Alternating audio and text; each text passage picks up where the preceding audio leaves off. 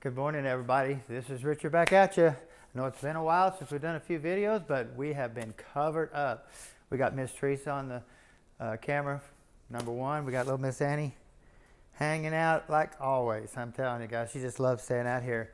But we've got a lot of things happening. We got a 96 Sonoma in the house we're going to be doing. We've got a 2007 SS Trailblazer we're going to be doing.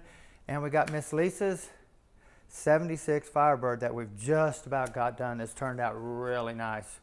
Really nice. We've done a lot of corrections and repairs and leaks and stuff like that. So we're really excited to be getting this one almost finished. But we have another shop in town that has a 95 Camaro with a 4L60E in it that they got rid of all the computer system, put a carbureted motor in it, and it's still got the 4L60E in it. So we're going to be pulling that out, and luckily we got very lucky that we found a 700 out of a Camaro. Look at this, guys. Yeah, we hadn't really talked to him before we.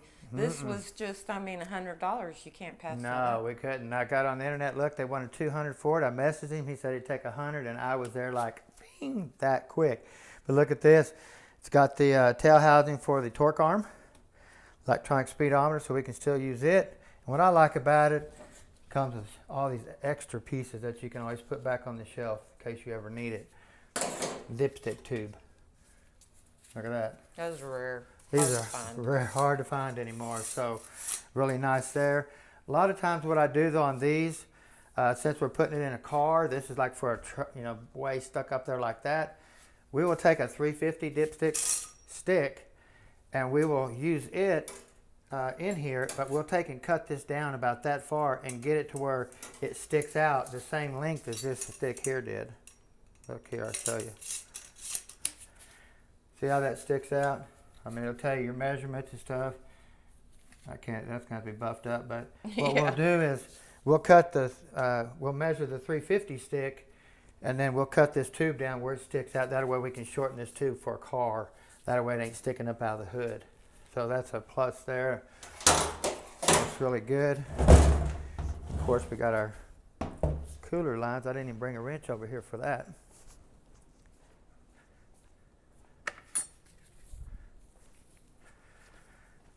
But how lucky was we able to get a Camaro tranny when we needed one? Well, we didn't know we needed one until we brought it home that afternoon. And right. They called and they were like, so we want to do this, and we got this. Yeah. Hallelujah. Yeah. And like I said, this is basically the same transmission that we took the 350 out of Lisa's car and put in hers. The same thing, 4L60. Not a 700, not a 4L60E, but a 4L60. Same tranny. Now we did use a truck case in her car, but it still had the holes in the front of the tranny for a steel dust cover instead of an aluminum dust cover. So that was really nice. Got your detent cable here, or sticks out and you hook your cable to. Stick that little thing through there like that, bolt it back down. You have to unloosen it from the carburetor though, that way this will pull out the bottom of that there so you can actually hook it. What I like about it, you even get the bolts. So this will be a fun build.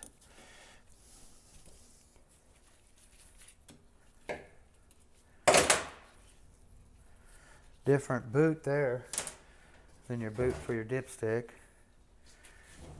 So I'll go ahead and take this. I'm curious to see if it's got just a regular old servo in here. Now we're putting the bells and whistles in this thing. Everything but billet shafts, Z-pack, all the boost valves, stuff like that's all going in this thing. What this come out of? This one come out of a...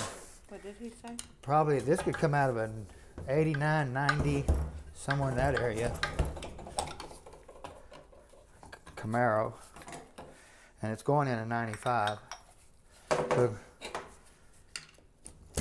of course, it's got the regular stock big old servo. So I got a used servo here. I can show you that the pins wore out in the bore here, but you can see the difference in the two. how much more apply area that's going to push on it compared to this little area here. Well, that's what a Corvette servo looks like. Put that over there.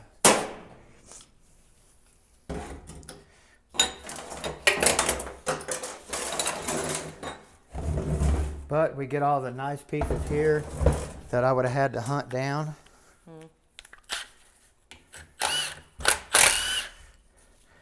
I tell you, if you need a speedometer gear kit for one of these, I mean, it is expensive. Electronic speedometer. Now, it does take a different style gear here, so if you had to do some type of gear change or anything like that, you're definitely going to have to be getting a electronic gear kit. And I haven't seen one of them on the internet yet, you know, to change the size. Because this reluctor wheel right here, all the teeth in here, they're the same count, so all you can do is change this right here. Where the your regular 700 style 4L60 non-computer controlled, you can get on the internet and it'll actually come with all these gears and stuff to set it up for any gear ratio in your car. Like that had a 308, we're putting a 342. So, and also it'll come with the aluminum piece right here that those gears go on. You can see here where that's got the shank built to it, but this here don't. So, pretty crazy. And this, excuse me, I said this is a gear in here too. I said it was a reluctor, but it's not. I wasn't sure what I was thinking there for a second.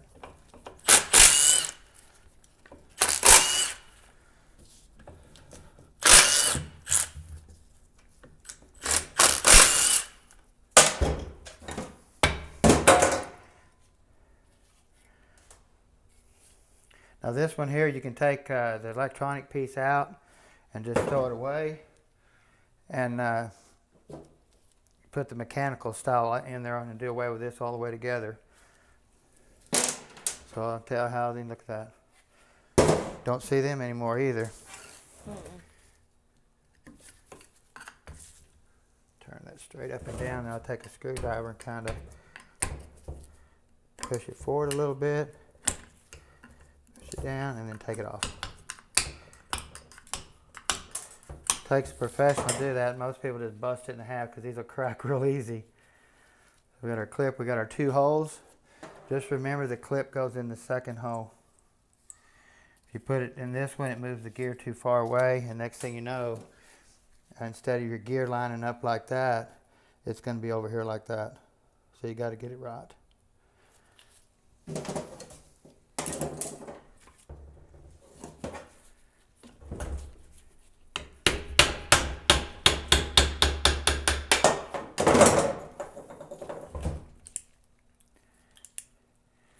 Make sure this piece and this piece here are attached good. It doesn't wobble or move. See the governor gear moving? See that's loose on there. Want to make sure the shaft here. Once you get the governor, clean it really good.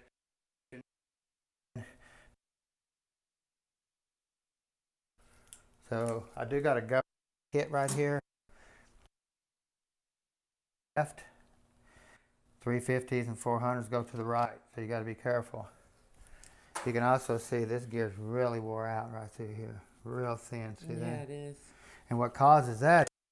Once this case bushing wears down in here, this bushing here wears here. Since the governor gear's underneath that shaft, all the weight sets on the gear. Normally there would be no pressure on that gear; it would be just returning. But once those bushings get wore, it sets down on there and starts wearing the gear. That's why the gear starts coming loose, because it's trying to knock it off. Actually, probably a few more miles, putting it back and forth in the gear, back, reverse drive, reverse drive. If sooner or later break that gear off.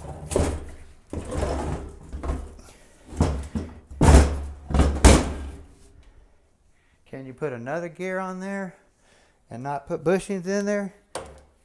For about block, because usually once you put the new gear in there, there's no wear to give it any room, So it just puts more pressure on the gear to break it off. Yeah.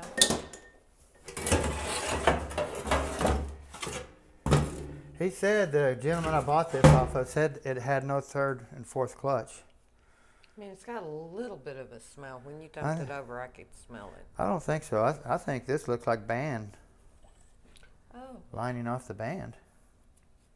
Now this is your second and fourth gear band. You lose second gear.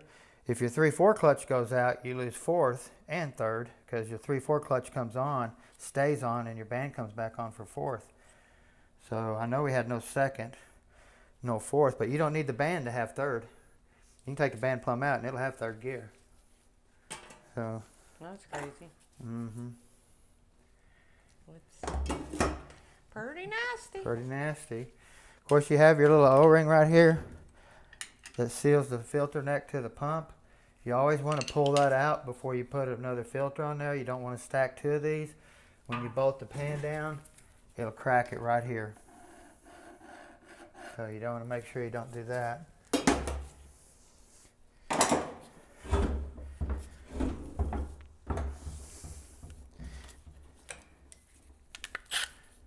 This is our forward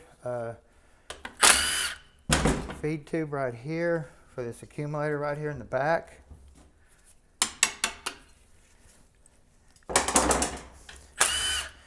Some of them will have a bolt right here. It's kind of shiny gold looking. If you notice, that's a different color because it's a different length in all of them. It's got this little clip here that goes over there and holds it in. Sometimes it don't have this clip here. It'll be right here like this is. See this clip here? How it wraps around the tube and holds it. It'll have one right here like that. It won't have that here. So it does vary. Is one better than the other? I think I'd rather have this over here on the end than this here, but you just...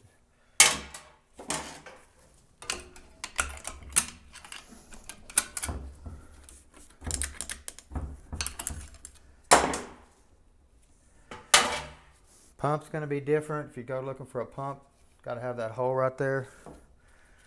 Okay, we have our temp switch here. We have our fourth gear pressure switch here. We have our lockup solenoid here. What we're going to be doing is we're going to be getting rid of this temp switch right here. I'll throw it away. Don't need it. Then we're going to take this off. And what we're going to do, we're going to make this work with a pressure switch. Let me find my little cutters. That way, if y'all want to hook one of these up with lockup at home, this is a really good way to do it. Works really well. What I'm going to do is I'm going to pull that out. Got it like this. Let's take this out of here real quick.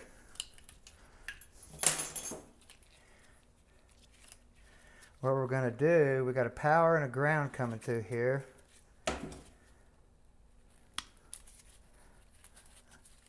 Separate this stuff. I'm going to get rid of some of this stuff. This makes it really simple to do, guys. Watch this. I'm going to get rid of everything on this plug. I'm going to keep it that way. And what I'm doing is I'm trimming everything off, and now I have my ground here and I have my positive here. I'm going to hook this back up over here, just saying, kind of stick it over there like that. I'm just going to lay it in there. And now we have this right here that clips onto this fourth gear pressure switch to ground it. But the problem is, this is a ground switch. When it opens up, when it turns on, it ungrounds. So we can't use that switch. So what we're going to do, we're going to come in here and we're going to take this 44 PSI switch you can buy from Transtar, and we're going to take this out. We're going to put that right in here like this. Well, when you put that in there, like that, if you notice, this plug sticks out too far. You can't put the pan back on, right? So what I do is, I'll take and cut this off. I will bend this up, facing up, and then I'll take and cut this off. Don't need that. And then I'm going to go get a female connector that I can put back on here that will face like that. It'll face this direction. That way it gives me room to put my pan back on. Okay, I'm going to clip this off, that way it don't touch here. I'm going to slowly bend that where it's facing up. I'm going to put a female connector on here and slide it back on. Now what happens is, I hook the power to a fuse, to a key on power, and to a fuse. That way when you turn the key on, we have power going to the solenoid, but we do not have a ground. But I put this solenoid in the 4th gear circuit right here. So right when it goes into 4th gear, it's going to ground this solenoid and turn lockup on. Okay, why I put I want to put a toggle switch in the positive part of this. So you come from here, through a toggle switch, through a fuse, to the fuse box. Key on.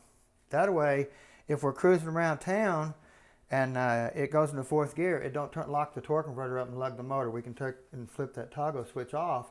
That way it doesn't lock the converter up and we can cruise around town in 4th gear at lower speeds. Get out on the highway, flip the switch back on just like a double overdrive. Now if you had a 700 tranny that has a lockup valve here inside instead of a plug, then you could physically drop just a check ball inside this solenoid right here and it would lock up right on top of 4th gear. You could take and, what I do, you get a big check ball like that, just drop it down in there, boom, put it back in, put some grease on it, put it back in, and when you have the lockup valve here, it will automatically go into lockup and come out of lockup anything below 4th gear. So works really good that way. Multiple ways you can do it, but when you do it that way, the valve physically has a spring in here. Say if it comes on top of 4th gear and you don't like that, you can put a stronger spring in here and delay lockup after 4th gear a little bit. You can kind of spread it out a little bit instead of it just being on top of each other. Let me get this valve body off and I'll kind of show you real quick.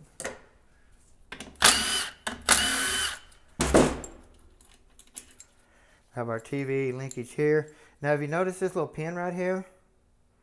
Some of these linkages do not have that pin.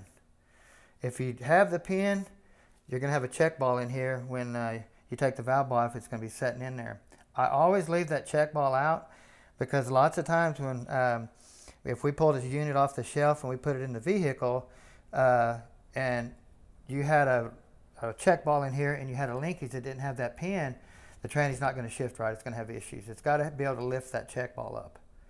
So the best thing to do is leave that check ball out, throw it away, never use it again, and you can put any linkage on there you want to. Pretty simple. Pretty simple.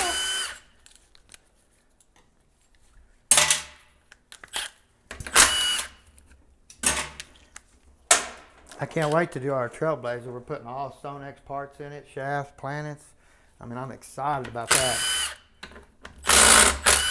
I love doing the hot rod stuff. I don't know why. Ain't no difference, still a tranny, but I got to think more, get to do more things to them.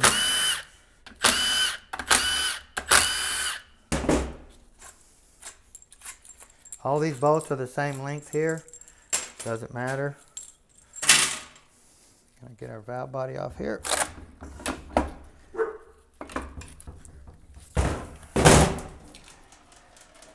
Okay.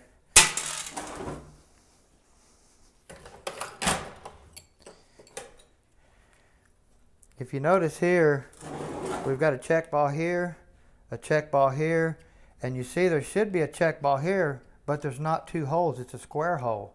If you look here in the valve body, you have a trough for a check ball. If you had two round holes here, you would put a check ball in this trough. But since it has a square hole, or if it has a single hole, period, you never put a check ball in that hole right there, okay? If you look here, see this little hole right here? A lot of these do not have that hole. For an example, let me find something to wipe this plate off real quick. Well, this one's got it too. But a lot of them don't have that hole right there. You can see it. And your shift kits will tell you to drill a hole here. If you're not putting a shift kit in it, you want to put a hole in there anyway. About a 75 thousandths hole would be fine. It would work good. If you take your gasket off here, if it'll come off, of course it probably won't. But you can see right here how it's got ball and a little deal right here. See that? That hole's gonna go right there. So if you could get that gasket off, which I can't, you can lay that gasket over there and drill that hole out right there. Because sometimes these plates do not have that hole, so you kind of go, well, how do I drill it? Put the gasket over there, it'll identify where you drill the hole at. So, pretty simple. And that kills me, that gasket's sticking on there, because I wanted to show the lockup valve plug that's in here. You slide that way. She's got me trapped. Does she? Oh yeah. What are you doing, Annie? Right under your feet. Yeah. And you're like way too close to me with all that stuff. But Teresa, if you get splashed, you can't run very far. You're right there. You're going to get it all. I know. Man. I hate it when these gaskets get stuck like that. It's a job to get them off. We got wind outside today, guys, like 40 mile an hour sustained. It's terrible. Yeah. Might have to give it up. Yeah, I might have to. Yeah, I can't get it off. Maybe I can show it in another video or something. Okay. But got our intermediate accumulator here for second gear.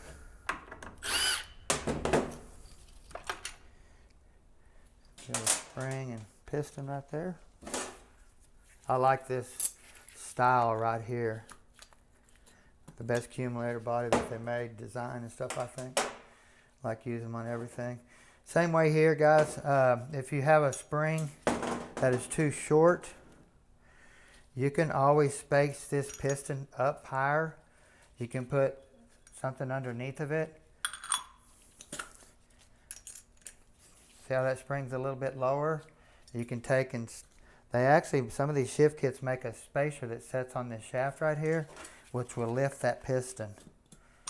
So you just throw something under there to lift that piston and get that spring flush. The spring can even stick out a little bit. Anytime you lift this piston up, the shorter the stroke is going to be on this piston, so the second gear shift is going to be quicker. So you don't want to block it, because then you have a harsh downshift in second. So you want to still use some of your spring.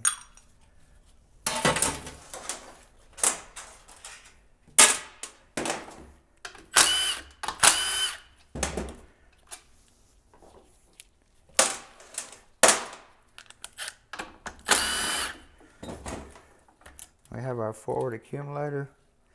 If you notice here, we have a check ball that sets down in here. Some of them have a little 3-fingered object set down in there that holds the ball in where it can't fall out. If you blow it out, you just want to make sure you put that check ball back in there, guys. Period. Of course, you have a little 8mm bolt there. A lot of times these plates are really beat up through here real bad. Look at that one there. Oh. You can look at this one here. This is the one we pulled out of her transmission. You can see here, it's almost beat the spring all the way through. Okay. Some of these springs have cone springs in them, where the spring is kind of pointed here on one end, and it doesn't put the footprint of the spring all the way out. It puts it more in the center right here, and that's what physically causes that. Okay.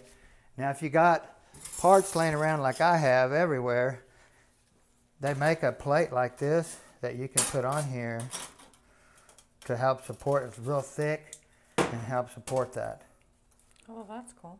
So it makes it thicker where it can't bend it. Yeah. So, pretty neat.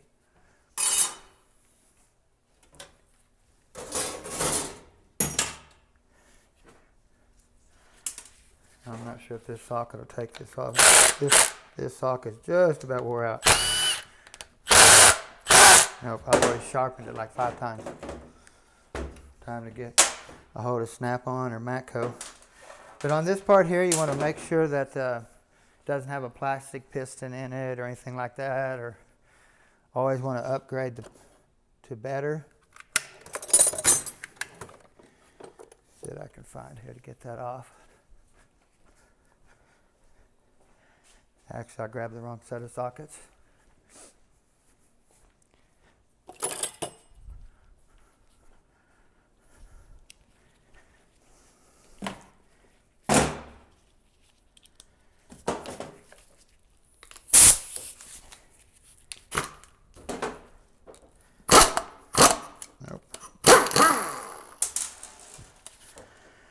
Make sure that fits tight. Let me find a, might have to go to a non-metric because that bolt's kind of wore out a little bit. See if I can get this socket to fit a little tighter maybe. Oh yeah.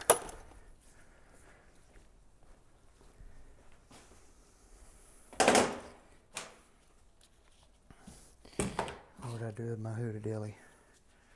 I'm losing all my stuff, Teresa. I don't know what a hooter dilly is. I don't know what I did with it. Where did it roll off or something? I don't know. What are you Where did it looking go to? for? My 1/4 inch to 3/8 adapter. Oh, it's on my impact. I'm okay, See? guys. Talking about stressed. There we go. Now, this is your forward accumulator here. There's no sense in messing with it unless you got a 5,000 stall converter and you just wanted to bang in the gear firmer. But you definitely still want to check the bore on the piston. Make sure it's not wore out. Make sure it doesn't wobble. Make sure that the piston hasn't been rubbing on the sides in here anywhere. When this bore gets wore out here, it lets the piston move over. When the seals get shrunk, they set down in here farther, and then next thing you know, you got a rut through here, and you don't want that because it could leak. So, of course, we have our 4th gear accumulator here. Of course, we block it like always. Just shim it up, get it where you like it. What we use, I'll tell you it works really good, is 350 pump washers. Or even 700 early pump washers. Go in here real good. They fit the shaft good. Let's see. Actually, I think I've seen some over here. Let me get it.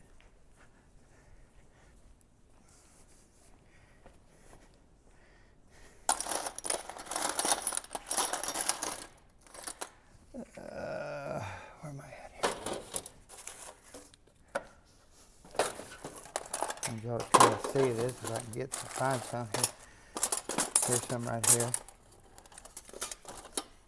This is what I always use. I see people taking and trying to file these flat and doing all kinds of crazy things, or the washers to get it just right. But 350 pump washers work really good. They got a rubber base to them a little bit. You can stick them on there like that. Stick that back on there like that. Get the seal off there. Come on. Look at that. Just barely below it. Which the pin will go in all the way. So, but 350 pump washers work really, really good for spacing that out right there. I was watching a guy on the internet the other day. He was sitting down and flat filing these washers, trying to get them to fit. Just remember 3 to 4 350 pump washers. I have them by the millions over there.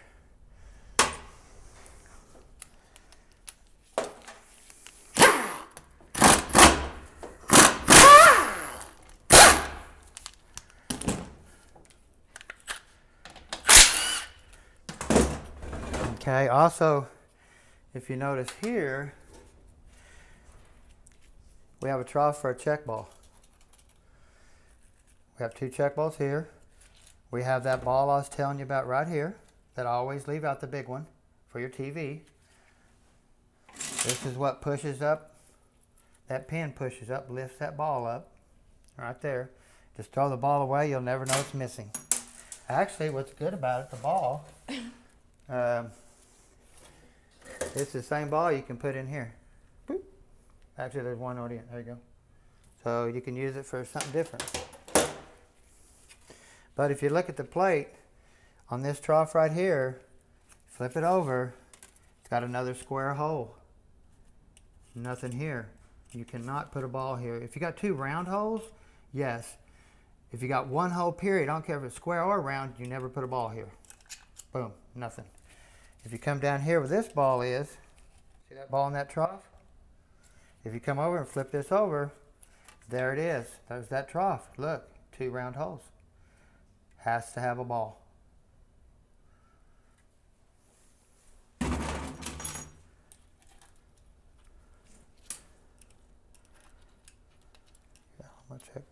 there. Okay. On your park linkage here, you want to just grab that lever down in here, pull it towards you, turn the output shaft, let it lock into park. That way you can get to that bolt. There you go. Same way when you go to put it back together, you want to take your finger, hold that down, stick that through that hole, put that down on there. I always start this bolt first with my hand, tighten it down with my hand, and then it'll hold this plate there, and then put that bolt in there. So pretty simple there. I'm bad about throwing my bolts everywhere. Yep. Also, when you go to wash this right here, the case, you want to make sure you don't bend this rod right here, because I've had people, when they put their tranny in manual low position, it tries to put it in park, and it just barely it'll sound like that when you pull it down to manual low. And that's because you bent this rod right here. That's the only reason, that's the only thing that'll do it, is when it's in the parts washer, somehow it fell over and you bent that rod. But when you pull it to manual low, it'll sound just like that. So.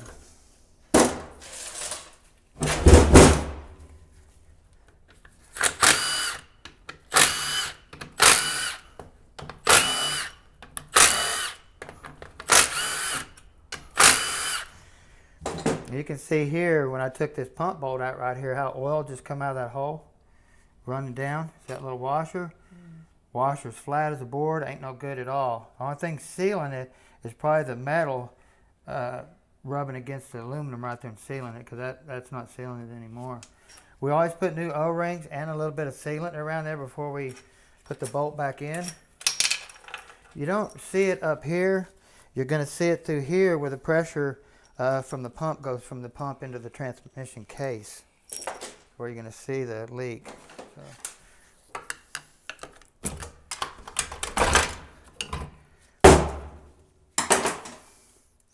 If you notice here too, when they got away from the 700 and went to the 4L60, they added a tab to the pump gasket right here at the vent circuit. So you want to make sure you put the right pump gasket on there.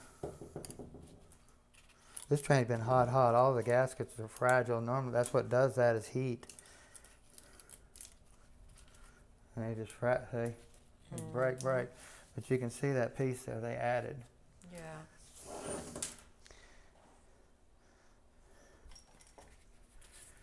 If you notice here too, on the 4L60 and the early 700s, they had scarf cut rings here instead of solid white ones on your 4L60s.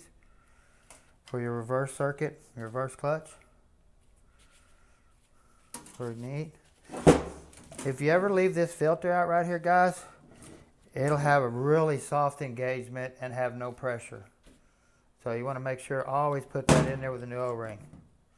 Easy to leave it out. And when you put it in gear, you're going, oh, what's wrong? That's what's wrong. You can see here the hole for the tube. If you'll notice, you can go grab another 700 pump, and it'll have a plug in it right here, just like that, right here. I've never took the plug out and tried to force it to work, or see if it would work that way. And we have our boost valve down in here. Now we are going to be putting a 500 boost valve in this because it's going behind a kind of peppy small block, so we definitely want to do some changes there. Of course, here's your lineup here. We always grind this land off right here, just totally grind it down, get rid of it. We have our spring. We have our boost valve right here, our manual boost. When you get a 500 boost valve, let me grab some, wipe my hands off and show you this box that I have over here.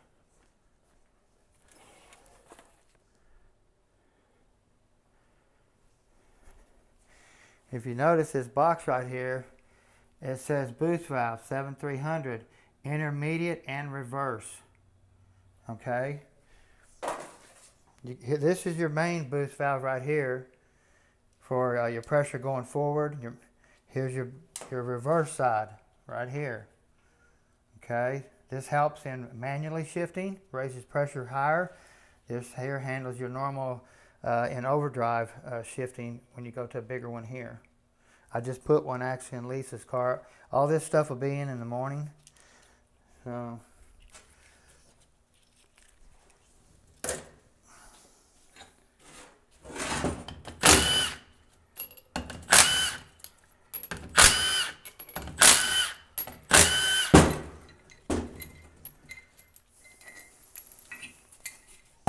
hopefully we got a really nice pump here. Really nice. Look at that. I mean, that thing is beautiful. Got a 10 vein pump here. We're going to put a 13 vein. Get rid of that. Change the slide out to a 13 vein slide. Want to make sure we got dual springs here. You have a rubber spacer and a little Teflon looking deal here. Rubber goes first, that goes second. Also, you have a ring here with an O-ring under this. I'll take some air. I don't know if I can get it out. Yeah, just stay there. I can't blow it out. You're okay. Lay down. Of course, you get some air, clean this up. We always use this ring over. We can flip it over and just put a new O-ring on our new slide. You want to look at your pivot pin. Make sure it's not worn. Of course, you got your little spring. Doink. Looks really nice. Well, we're lucking out on a Core right now. I always like to take and push the band anchor out of the way. And you can see it right there.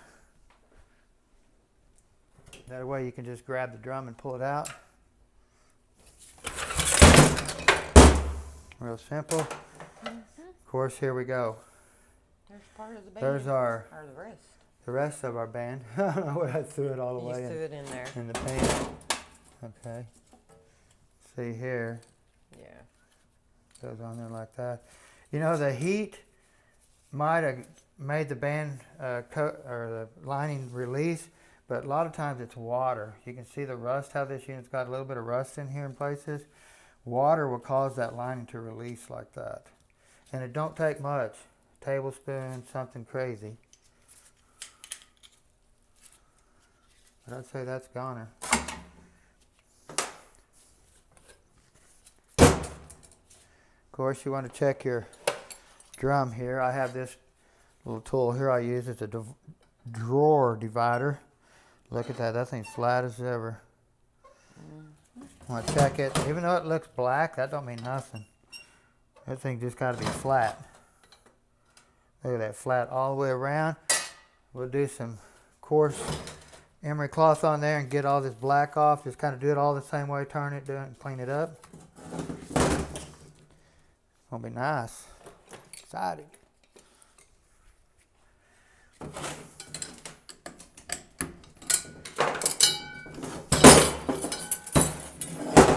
Reverse clutch here. Some of your steels will have holes in them. What did I do with them? No, what did I do with them? I put them somewhere. Oh, here they are.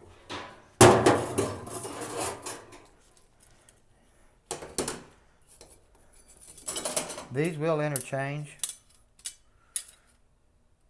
So if you take it apart and you see holes like that, they are good steels to use too.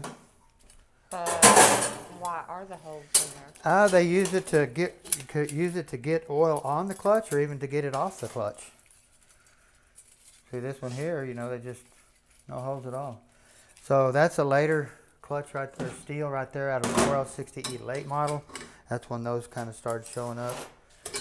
Of course, you want to look in here. Remember he talked about how you have a big hole, small hole, guys? There it is, small hole. So you don't want to go, if this drum was bad, I would have to go find a drum with a small hole.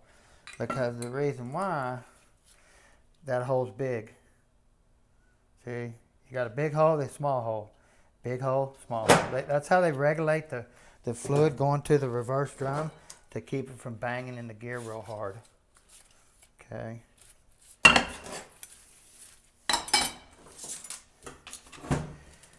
You always want to look right here. Of course, your lockup O-ring's hard as a rock right here. It's shrunk down in the groove. It don't even stick out no more.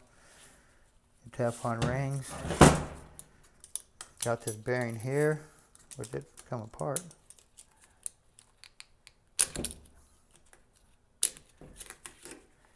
So you can pop these apart too with a screwdriver. This one I'm just going to throw away anyway, but you can take them apart and look at the inner races here. Make sure they look good. Clean them up if they do. Put the old bearing back together, pop it back together, and you're good to go. You have your spacer here. These are selective to set your clearances. Take an air blower, blow that out. And then here's our 3/4 clutch problem that he said he had with this unit. It had no third gear, and you can look at the clearance. See that? Like 1/4 of an inch.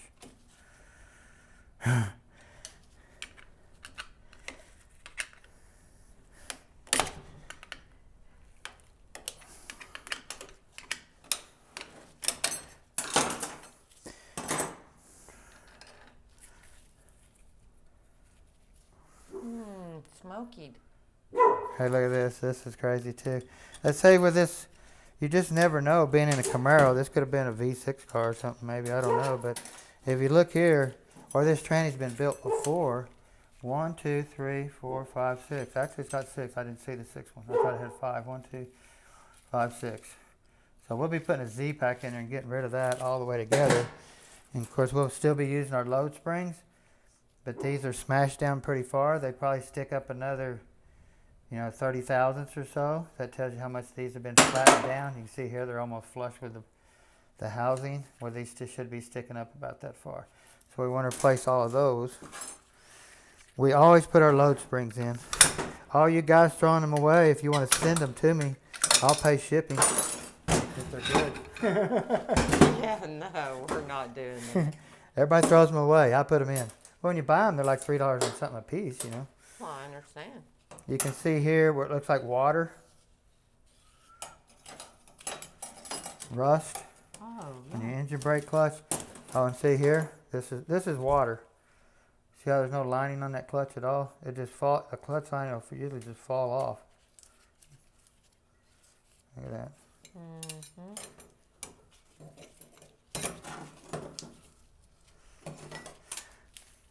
So the 700, when they did the forward clutches on those, the clutches were thicker. When they went to the 4L60 and the ease on up, they changed the thickness of this clutch here. They went to a thinner clutch.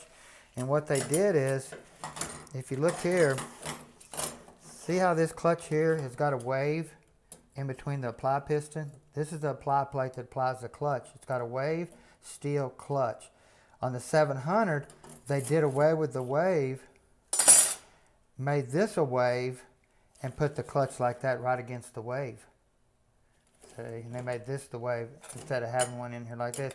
And the only way they had to go to a thinner clutch to actually put the wave in here. So, but the steels, these steels here and stuff, they're the same thickness. They didn't change that at all either direction. So pretty simple there. There's my seal. Okay, just check to make sure that was in there. Of course, on this unit here, we got aluminum pistons instead of bonded pistons. The bottom one down there could be bonded. You want to look and see real quick, Teresa? You never know when they start changing these units over from one kind to another, or 1 year to another year, when they update stuff.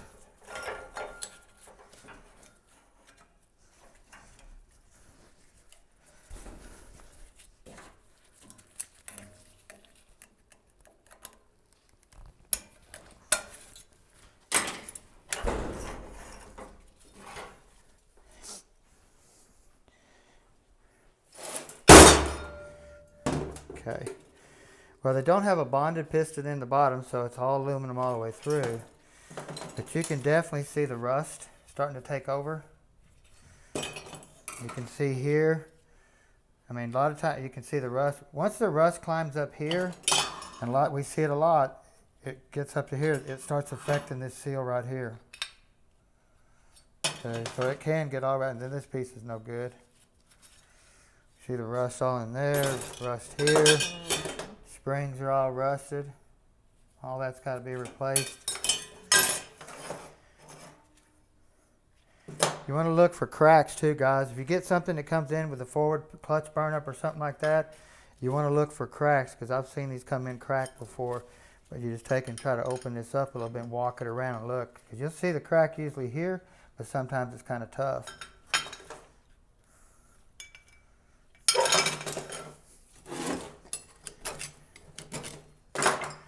Our forward sprag assembly. Look for any chattering. Scotch-Brite this up and just look at it really good. That way you know what you got. Same way on this piece here. What I do is take my sun gear, set that in there, then I can get Scotch-Brite on it. That way I can hold it, because it's kind of hard to hold it to Scotch-Brite it. But you just want to look for any chattering, any grooving or anything like that. If it looks good where you can use it, Scotch-Brite it up, use it back. Change your bushings here. You always want to change these bushings, because this is kind of what keeps everything lined up. Keeps this here from rubbing in here. All kinds of stuff. So, let me get these over here, Teresa.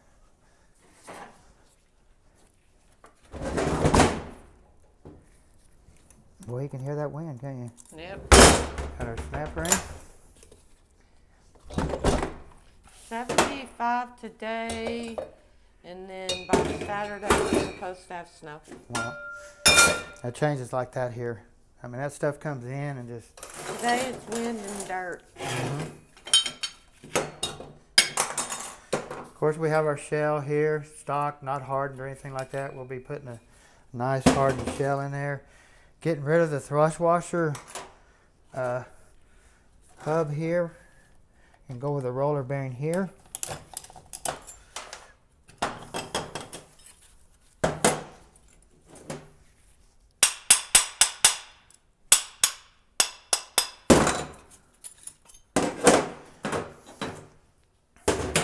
So we can get rid of this piece here. We get a roller bearing style here. Makes it a lot easier to tow an overdrive on this part right through here. If you get the later versions that's already got the roller bearing hub, you want to take it apart and look at it, because the splines are really bad about stripping right through here all the way around, and this moves back and forth in here. Even if you got the hub, you want to pull the snap ring and look at it, because every one that we do has to be replaced, and I mean every one. And they do make two versions of this. So they make an A part number and a B part number. So you got to be careful what you get, because on the later versions, the bearing is centered by the support. See, that's not. See here, the bearing is centered by the planet. It's got a lip right here. Well, some of them ain't that way. The bearing is centered by the support. So you got to be careful what you're doing. If not, you'll have a bearing sitting there flopping around like this. Of course, you want to look at your planet, make sure the pins ain't purple or wobbling or anything like that, any chips. Of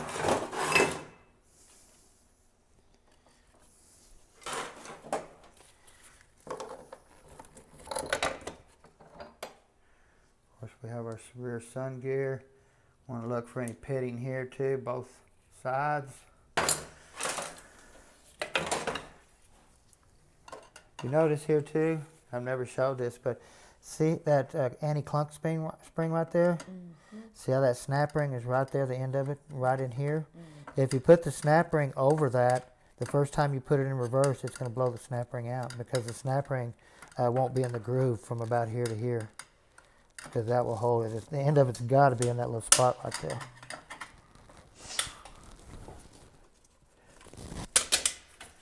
Let me put it back.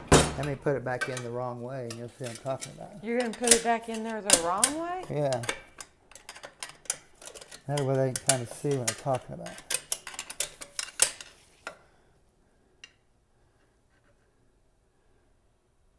Okay, look here. Where's it at? See right there? Mm-hmm. See how it's sitting on top of it? Yep. See that snap ring's not all the way down in the groove right through there? Mm-hmm. So you always want the opening to be right in here. If not, you can be in trouble. First time you put it in gear or something, reverse, that clutch comes on in manual low. And next thing you know, boom, it pops, and you have no reverse and no... Excuse me.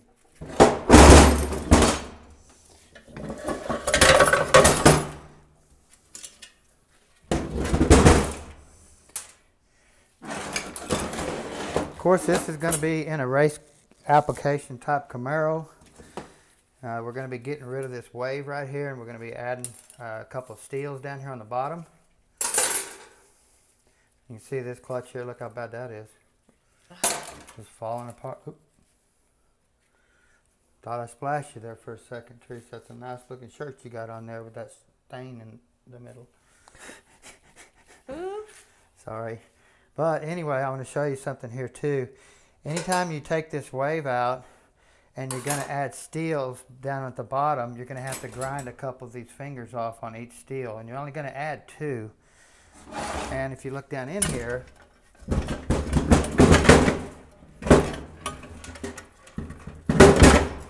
me try to get this the way I want it set so I can show you real quick.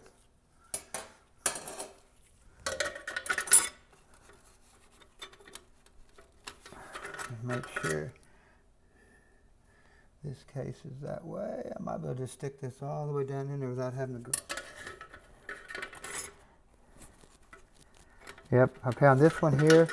Actually, I'm not going to have to grind any of these off, but I know the 4L60Es and stuff, you have to grind 2 tabs off because this plate will be sticking about that far above the piston. And you want this to be right on top of the piston. And then just set your clearances up there. So, but you definitely want to get that wave out of there because when you put in manual low, this clutch comes on to help support this sprag right here. And when you shift it to second gear, this clutch has got to come off and you're going to bring on your band. And you want to bring your band on quick and firm as you can in second gear so you get a nice crisp shift. But crisp? You don't, crisp. Thank you. Sorry about that. A nice crisp shift because when you move that from manual low to second, this clutch has got to come off and your band's coming on. And as long as this is compressed, your clutch is on. So until this relaxes all the way, the clutch is off. So that's why we want to put steels in there. No more than it moves, it's off instantly so that it doesn't affect the band or the clutch timing. And we have a plastic 4-tab here. We can go back with a brass, get rid of that. See if we got a wide roller clutch. Got a wide roller clutch here, which we'll be replacing. Just remember, anytime you change this piece out here, this piece right here, they make 2 thicknesses right here. This is a real thick. See how tall that is? They make one that's a little thinner. So you want to watch what you're doing in there if you're replacing parts. And there's one where GM put a lube dam on there and tried to force more oil into the rear planet when they were having rear planet failures. And basically they're just guiding the oil into the pin. These pins got holes in them and oil pressure goes through there and keeps the bearing cool.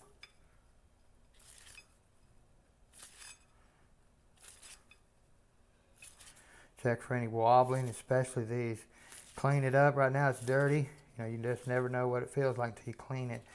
I like to do videos of after the parts, I clean them and find how much more I find on these units that are messed up after I clean them. Because what I find here, lots of times is bare minimum what I find after I get it cleaned up, huh, Teresa? Mm-hmm. Terrible. Same wear here on this ring gear. You want to look at about halfway up is where you see wear on both sides. So you really want to look at that good. Of course, then you have your output shaft. Looks really good still. Where your bushings run. Not twisted this time. Nope, not twisted at all.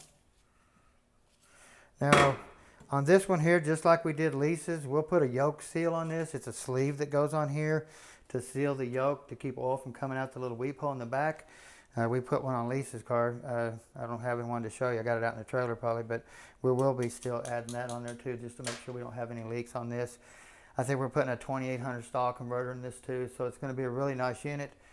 Can't wait to jump in and get my hands dirty, huh, Teresa? You can see. But anyway, guys, we want to thank you for watching. We want to thank Miss Teresa for recording. She stands back here for hours and hours at times just hanging out. And we got Miss Annie still hanging out too. So oh yeah, my arm is got more coming. It's a long She does get tired. I mean, she's holding a little thing and stuff, so it's pretty heavy for a long period of time, huh? I'm good. She's good though. But guys, don't forget to subscribe, push the notification bell, because my mouth is getting dry. Have a good day.